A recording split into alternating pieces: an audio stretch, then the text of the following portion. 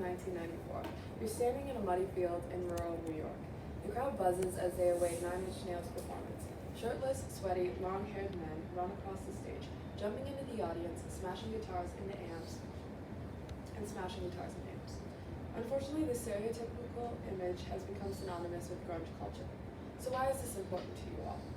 Well, it is vital to have the ability to dissect the media you consume, as well as the trends and norms of your time. In the book, Grunge, Music and Memory, Catherine Strong asks, what is the relationship between popular culture, memory, and power? Does a form of popular culture, such as grunge, present a challenge to the power structures in society? And if so, what is the outcome of this challenge?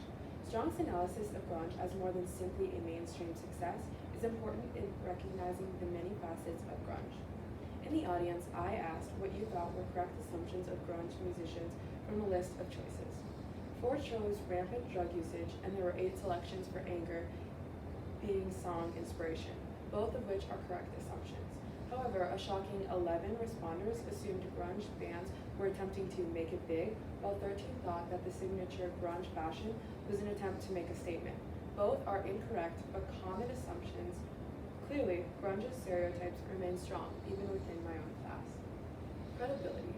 The resources I utilized for this speech on the variety and depth within the grunge movement were taken from various academic databases, and they draw from research and studies conducted by experts.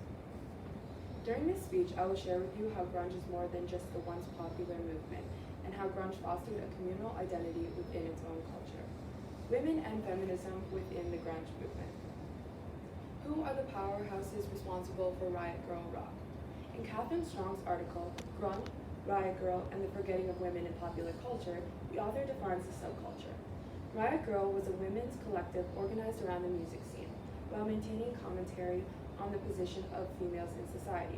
Riot Grrrl focused on the support females can receive from one another, and problematized the female body by talking about more taboo subjects such as incest and rape, allowing younger females to express their experiences as demonstrated through the fact that they were girls, not women. What does Riot Grrrl rock have to do with grunge? Strong elaborates by noting how Riot Grrrl was fostered within grunge. A number of female bands associated with grunge, particularly L7, Hole, and Babes in Toyland, as pictured here, became commercially successful. Thus, grunge offered a message of gender equality that presented a higher proportion of women participating than in recent rock history. Riot Grrrl mentality in grunge. Grunge itself can be seen as a relatively progressive genre. As alluded to by Mark Mazzullo, author of The Man Whom the World Sold, Kurt Cobain, rock's progressive aesthetic and the challenges of authenticity, the grunge movement can be understood as not only a musical style, but as a social pose or attitude, and a corresponding political belief system. While grunge as a movement supported gender equality, artists made their individual stances known. Male grunge artists, such as Kurt Cobain, voiced their support for gender, racial, and sexual equality. Paraphrased from Strong, Cobain himself often challenged gender roles by wearing dresses or makeup and writing songs supportive of feminist thought. Grunge bands on a widespread scale avoided objectifying or degrading women. Commentary on gender equality by male grunge artists. In her PhD dissertation, Man in the Box, Expressions of Masculinity and Mental Health, in 1990s grunge music, Andrea Alvarado documents how Nirvana's artwork for their album In Utero, as well as their song Rape Me, dismantles stereotypes of female sexuality and motherhood. In addition to this, Strong adds to the assertion that grunge challenged the mainstream. Many researchers have noted the way women's contribution to popular music is mostly denigrated as pop, as opposed to the serious music produced by male bands. Even where women have infiltrated the rock scene, they are far more likely to be sexualized. Clearly, female rock artists face legitimate challenges. The deconstruction of stereotypical masculinity. Alvarado shares how grunge offers an alternative way of thinking surrounding traditional gender roles. She alludes to the inspiration grunge artists use in their songs, saying, in addition to the apathetic persona of disinterest, these artists wrote songs that describe private experiences, including sexual, physical, and emotional abuse, and depict feelings of insecurity, confusion, and loss of control. As a musical genre, men within grunge freely and openly express themselves to a previously unseen extent. Here I've just listed some very popular grunge bands that are mostly male dominated, and I don't believe that any of these have any female members. Grunge lyrics and song inspiration. As mentioned earlier, grunge artists wrote from personal experience. Strong states, lyrically, grunge was different to other successful music of the time. Grunge did not have explicit political lyrical content to the same extent as punk, nor the sex, drugs, and rock and roll vision of metal lyricists. Songs were more likely to be about more generalized negative feelings or emotions. As you can see, grunge is more than sweaty, long-haired men exhibiting stereotypical rock aggression. The grunge genre is full of richly diverse subcultures that lend it authenticity. In regards to genuineness, let's discuss the relationships between grunge bands and pop culture and to other bands. Authenticity, disgust for selling out. Grunge artists' apathy towards hitting the mainstream.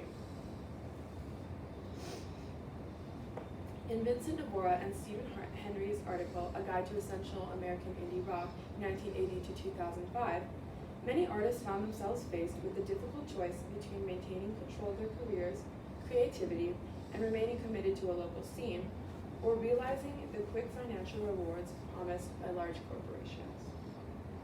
When grunge finally broke into the mainstream with the unmatched success of Nirvana's Nevermind in 1991, grunge bands were thrust into the spotlight. Subsequently, they struggled between fully embracing their newfound superstardom or remaining true to their roots and rejecting their rock star status. In Rebecca Tuhoe-Sturo's article, Less Fun Than It Sounded, The Miserable Side of Grunge Culture, she discusses grunge bands' distaste for their own success. Mark Lanegan, the lead singer of the pioneering grunge band Screaming Trees, frequently hung out with Kurt Cobain. As seen in this picture right here, this is Mark Lanegan and that's Kurt Cobain, and these are other pictures of bands hanging out together and collaborating. Mark Lanegan, I already said that.